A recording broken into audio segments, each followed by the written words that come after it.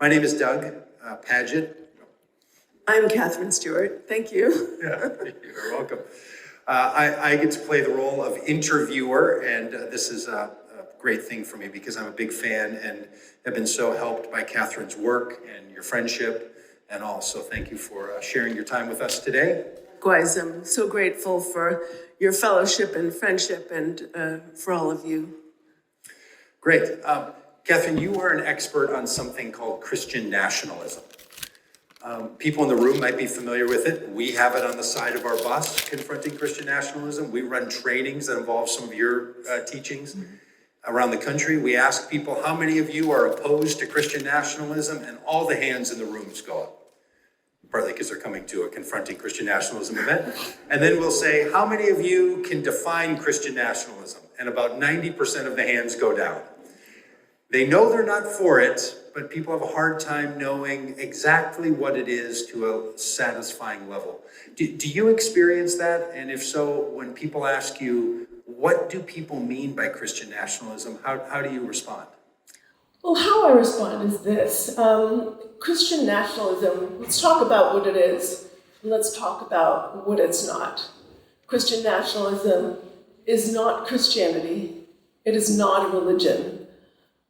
It is a political movement and ideology that exploits religion to consolidate political power. So when I think about it, I think about it as two different things. On the one hand, it's an ideology, a set of ideas, and on the other hand, it's an organized movement to consolidate political power. So let's talk about what each of those things mean. As an ideology, Christian nationalism boils down to the idea that America is founded as a so-called Christian nation, which is really a very sort of reactionary understanding of what the Christian religion is. And it says that this is what makes us great. It's a very identitarian. It's got all these ideology. It has all these cultural assumptions attached to it. And it says that this is what makes us great, rather than our democracy, our democratic principles, the principles of equality and pluralism and justice that represent the best of the American promise. And it sort of says that all of our problems derive from the fact that we have somehow abandoned these principles that are supposedly our country is supposedly founded upon. But that ideology is really just a tool for a leadership-driven political machine that turns that story into a tool for political power. I mean, the movement, as I mentioned earlier, is both leadership-driven and it's also organization-driven. So I want to talk about what that looks like and how it works for a minute. I've been an evangelical pastor for my entire adult life. Right. I'm in the progressive evangelical stream, which is small and very unknown to a lot of people. But I know that in the larger evangelical traditions, and even in the Catholic traditions and many of the mainline traditions, people feel like, I wish there was more spirituality or more God in our society. That's like an impulse people have. They talk about it a lot. That's not what you're saying is Christian nationalism. No, absolutely. People are exploiting that. It seems like that's what right. It's the exploitation of religion. It's very identitarian. I would say it sort of promotes ideas that most American Christians would see as antithetical to their understanding of the religion. But it's not just a set of attitudes embraced by the rank and file. It's really a political pathology that afflicts political systems. And it's also a kind of, it's also a tool for political power. And the way that it works is by sort of exploiting that story of America's allegedly conservative Christian founding and all of those cultural assumptions, and sort of using that to litigate, a really broad-based political and economic agenda. And a lot of the way that works is that the movement has invested for decades in a range of organizations, and we can sort of group them into categories. So there are policy groups, and I'm going to name some names. This is by no means comprehensive. Policy groups like the American Family Association or the Family Research Council.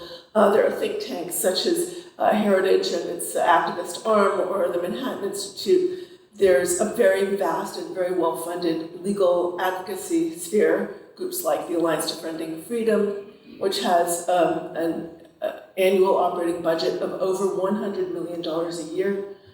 Groups like the Federalist Society, which play an outsized role in sort of grooming and promoting candidates for the courts with the right, sort of correct ideological bona fides. Groups like Liberty Counsel, the Pacific Justice Institute.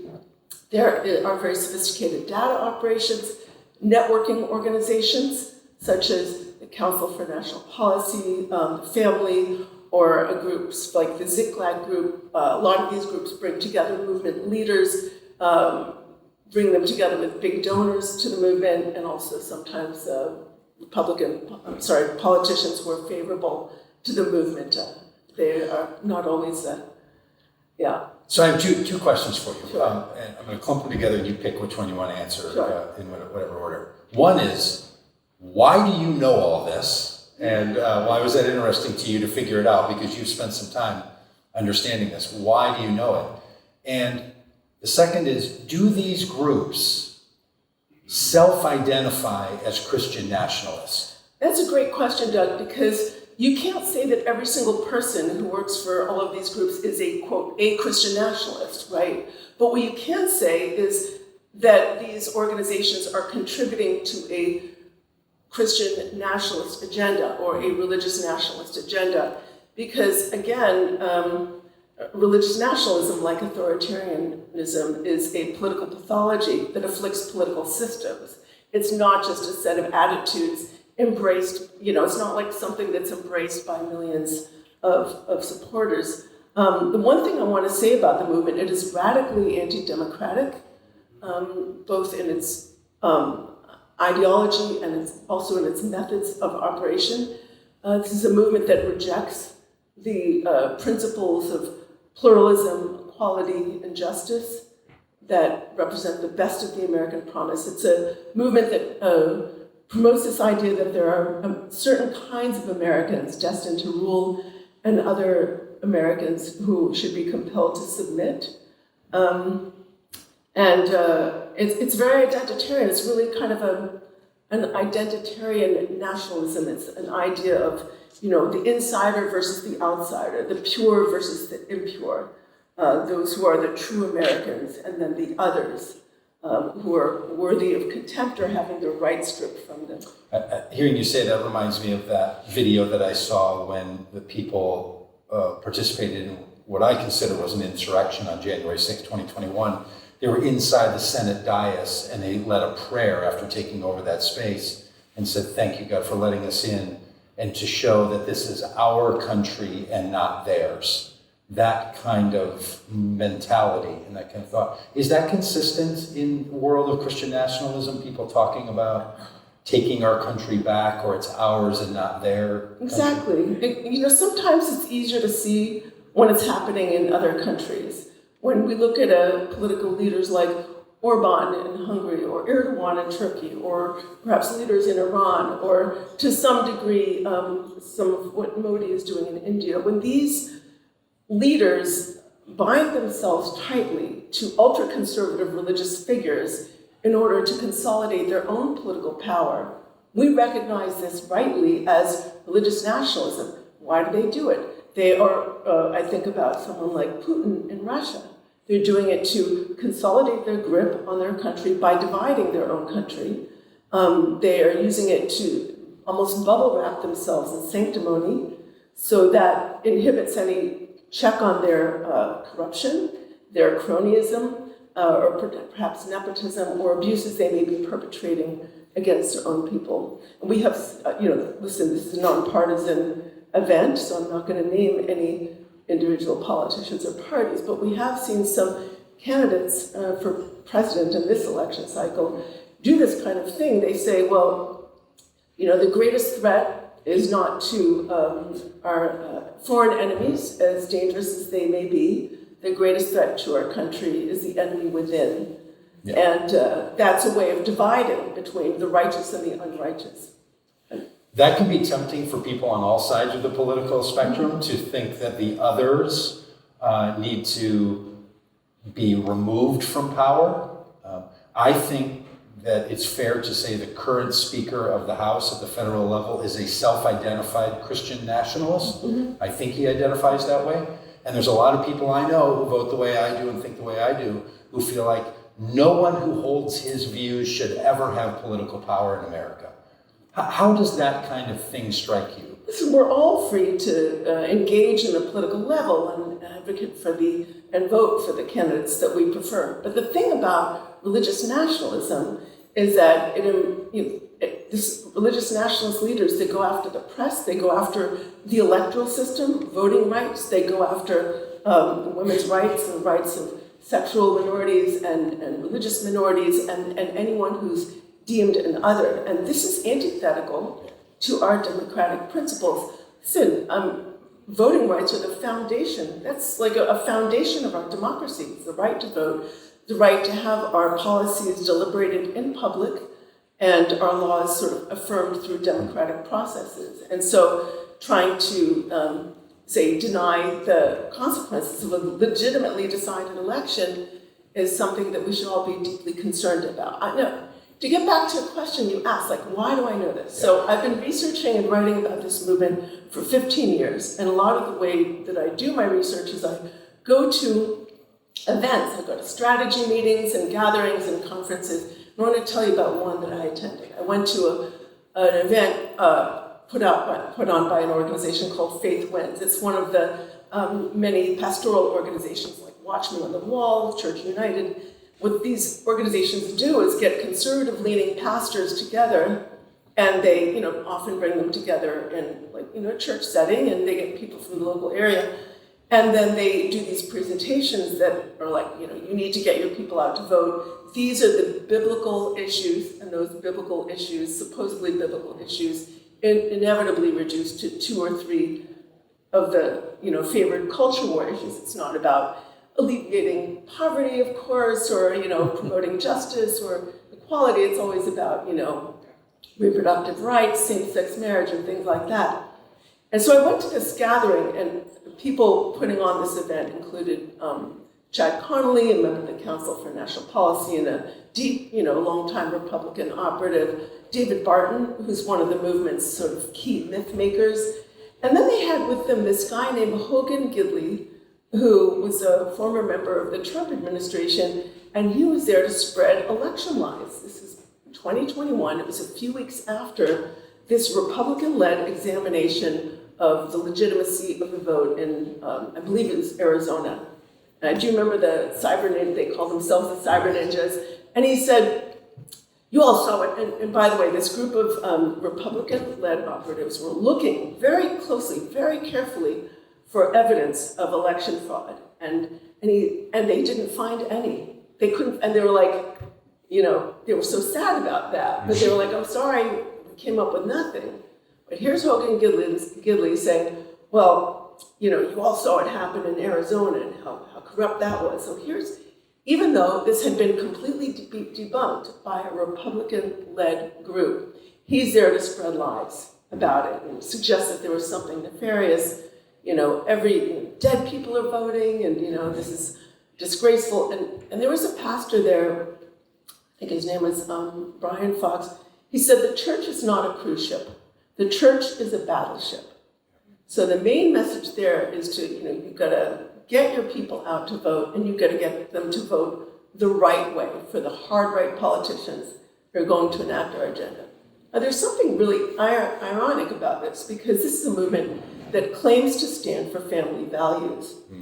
They get people to vote on these culture war issues by claiming to stand for the American family, but they're driving support for politicians whose hard right economic policies are actually intensifying economic pressure on the American family. When you think about people who are funding the movement, it's always follow the money. a lot of the big funders of the movement are as dedicated, if not more dedicated, to right-wing economic positions as they are to positions in the so-called culture wars. So, for instance, the DeVos Prince family juggernaut, they're huge donors to organizations, religious right organizations and think tanks. They're also promoting initiatives intended to break unions and to erode rights for the workforce. These are policies that are actually going to help American families. So even as they're claiming to stand for American families, they're pushing policies that are making it so much harder for American families to succeed. So you approach this as a journalist. You've written a book, which is up on the screen, Power Worshippers, and you're in the midst of soon going to be releasing another book about all of this. It's easy for a lot of us to speak about this at the national level, and there's a sense in which you can name these big organizations spending $100 million in sophisticated backroom kinds of operations that influence pastor networks, and it's very, Da Vinci Code level of freak out for people. It's also happening, and maybe even as impactfully, at a local level.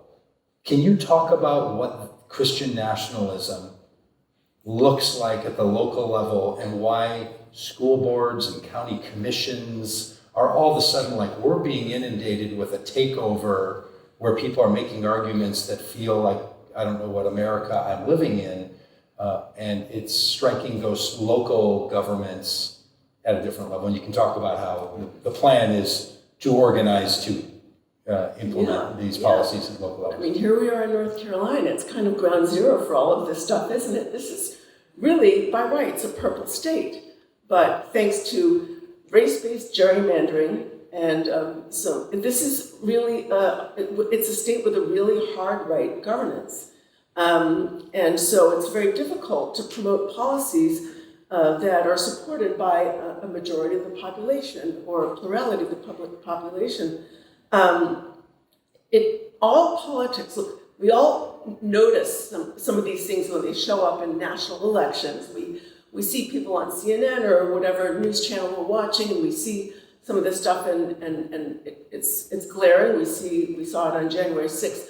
But sometimes it's harder to notice when it's showing up at the local level.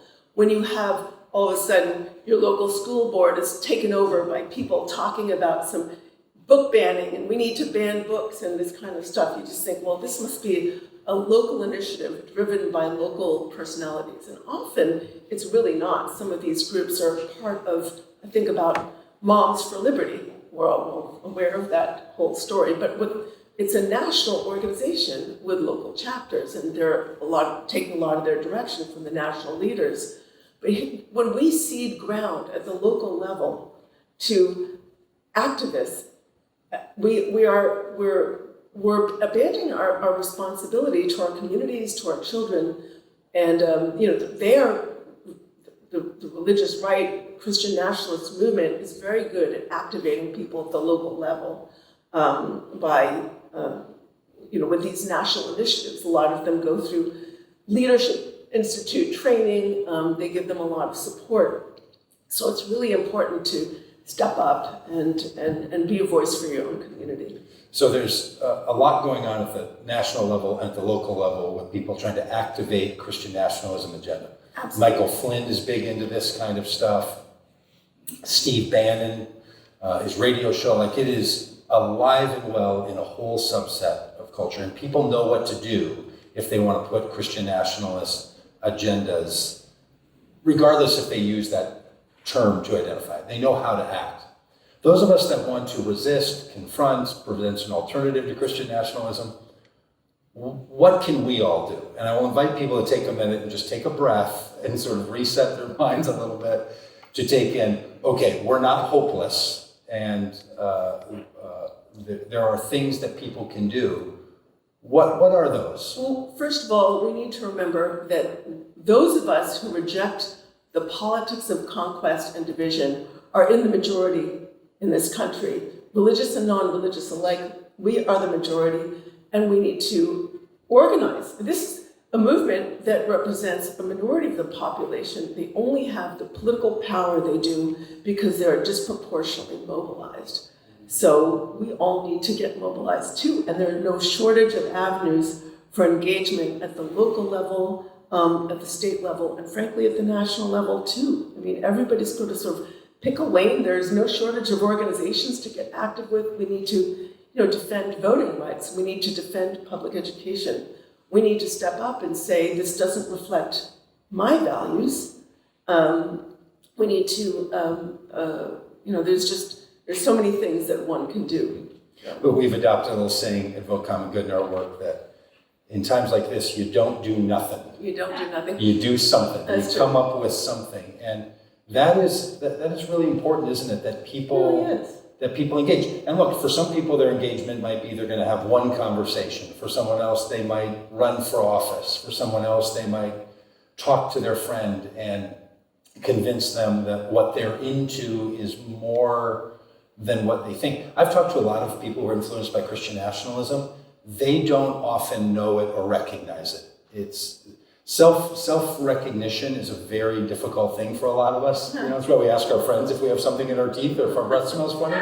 It's hard to know how that's going for us, and we need this response.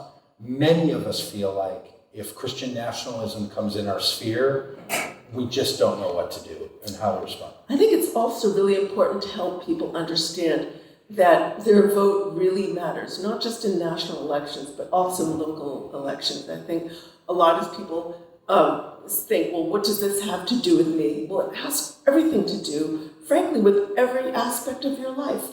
Your most fundamental rights, your right to vote, the right to form the families you want to form, your health care, your education, your right to a just workplace. I mean, this really affects foreign policy. I mean, this is just an enormously influential movement at every level, and it's always helpful. Look, I'm sure, we all have people in our circle, perhaps they're members of our families who think differently than we do. It's always useful to have those conversations and to try to find some common human ground and say, well, we'll think about this way, but without telling people they're wrong. Just try to introduce new ideas. But I think it's really important to engage people who feel disengaged and to help look, 50% of Americans don't vote in national elections, and an additional number have their votes, the value of their votes diminished through gerrymandering and voter suppression tactics. So we really need to get people to understand that democracy is theirs if they can keep it. Well, one of the pieces of advice that we give in our trainings on this is to engage with deep empathy. And one of the questions that empathy can ask you to consider is, what role does a person's belief play in their life? Not just what do they believe or why do they believe it, but how does it function? Do you have a sense of how Christian nationalism functions inside the lives of people who hold to it to such a degree that they will support it even when it has all this consequence? Like, what is it doing for people as best you can understand?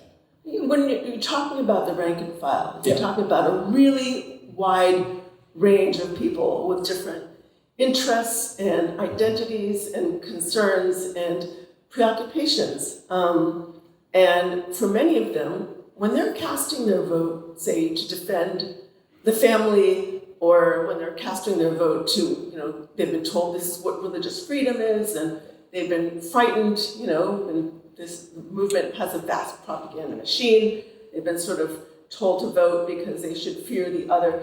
A lot of times they're not making arguments about major changes in the way our government is run. They're really just kind of voting their identity. They're making a statement about values and what they value in themselves, right?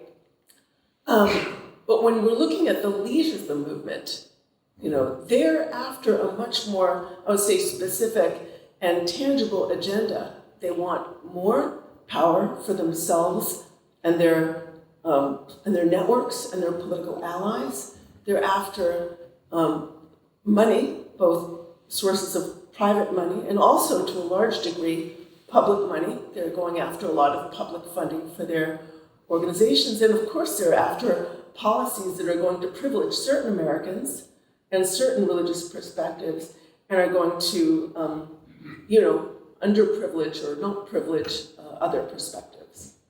But we only have a couple of minutes. Can we take a question or two from Absolutely. people here? Does anyone have a thought or a comment or a question you'd like to hear Katherine reflect on?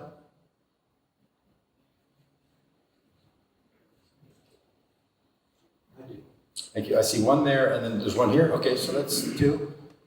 Yeah, there's a place called Charlotte Center for the Humanities, and they do a thing called the Festival of Ideas every year. And they had somebody that was sort of group that was trying to reinvigorate citizenship speak. It was 2 years ago. One of the points he made was that people that are voting as white Christian nationalists, the driving force is often that they feel irrelevant.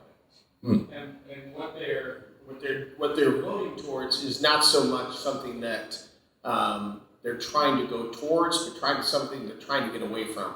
And I'm curious how you have conversations with people that feel irrelevant and get them to disassociate their white Christian nationalist politics and their relevance. Okay, that's a great question. We'll hold that one. We'll hear this question, and then we'll put the two together and respond to both of them. Yes, actually, the question is right here on the screen. Okay. So the question that's on the screen. How did you do that? You're like one of those magicians. It's like the card that you guys. No, it's already there. How can we be most effective in our opposition?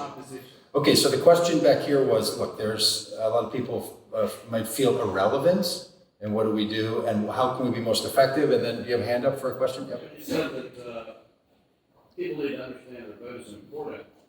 Kind of piggyback on this other question. I've done some polling with the group I'm with about voting, and the big problem was that people don't think it matters who wins. Yeah. It's not going to affect them. And so I'd like to know what you think. How do we educate them so that they know it does matter to them? Great. Three wonderful questions. Any response you got? I'm going to try to roll up three into one if I can.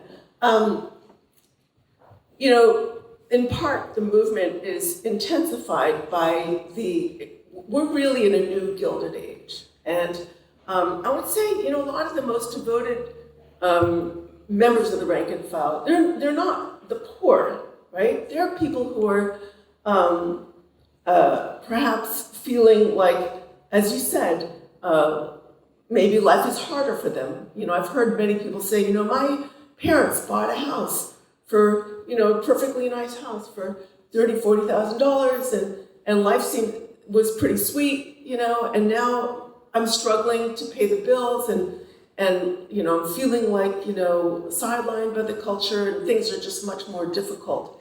I think it's very hard for people to understand that a lot of this feeling irrelevant is a consequence of decades of wealth concentration that actually leaves people, it's not the poor who are really supporting this the most. Frankly, it's anxious people. It's people who feel a loss of status anxiety. A lot of times it's white people who feel threatened by diversity, by racial diversity. And it's people who feel like, it's like life has become more anxious because they feel like there's further to fall and they could, like what they have, they're holding on to it, whatever it is, with their, holding on to it as tight as they can, and they feel that they're going to have this kind of loss. And I think it really helps to drive home the fact that this is a movement that is promoting, look, maybe your parents could buy that house and not too much because wages were stronger, unions were stronger. The public schools were great because we were investing in public education at that time, and the religious right is actually, the Christian Nationalist movement has been trying to tear it down. They've really been trying, that's sort of a 75-year fight, but it's intensified in the last years. Any ideas on how we can be more effective in our final minutes here? I heard something in the last panel where a woman said this is a marathon and not a sprint. And I think of the words of David Barton, the great myth maker of the Christian nationalist movement, he said, arm yourself with the mentality of a distance runner and not a sprinter. And he's absolutely right about that. You know, there's no quick fix. There are no guarantees, but there are many signs of hope. This is not our first rodeo with authoritarianism in this country. I think about some of the, in the war against slaveholding oligarchs, and the sort of efforts to deal with some of the grotesque wealth disparities and abuse of the American workforce in the early part of the 20th century. I think in the battle for the civil rights, women's rights movements. There are many times in America where we have actually fought injustices and however imperfectly have moved forward into the future. So I'm continue to take courage from some of those episodes. Amen to that. I'm an long-time injured ultra distance runner, so we run more than 26-mile runs, 1,500-mile runs. And there's a beautiful African adage that a lot of people in that world like, and it's the saying, if you want to go fast, go alone. If you want to go far, go together. And if we could, I'll just say in the political spaces that are opposed to Christian nationalism, many times it's difficult to stay together. There's a lot of pressures to find distinction between us that pulls us apart. And I feel like one of our ways to be most effective is to find some ways to be together in our way. I agree with you. I just want to say, we need a big tent. This is, again, there are more of us than them. We're not all going to agree on everything. And that's normal and fine. You see this in a lot of families where you might have disagreements, but you're still a family and you're working towards some common goals. And at the religious right conferences I go to, they've started saying, because there are a lot of fissures in this movement, and that's topic for another conversation. There's a lot of, and they're starting to say, Ronald Reagan used to say, if somebody agrees with you 80% of the time, that's your 80% friend, not your 20% enemy. But it's a good lesson. It's a good lesson. It's a good lesson. Stopped clock theory. All right. Hey, thanks a lot. Catherine's book is up there. You can find that. She'll be here for a bit. We have some curriculum on all this for churches and individuals and leaders and governments to be able to find their way.